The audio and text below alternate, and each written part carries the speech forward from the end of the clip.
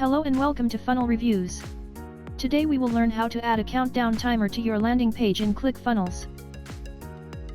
To begin, select Add Element. Select Countdown Timer 2.0 and drag it to your desired location on the page.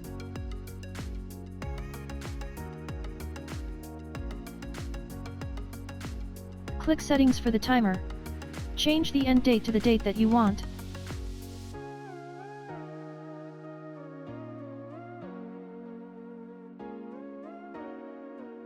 Choose the timer style theme.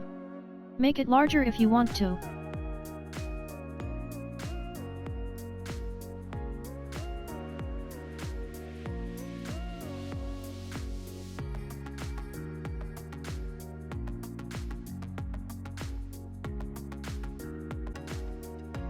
Close the settings. Press Save. Then press Preview.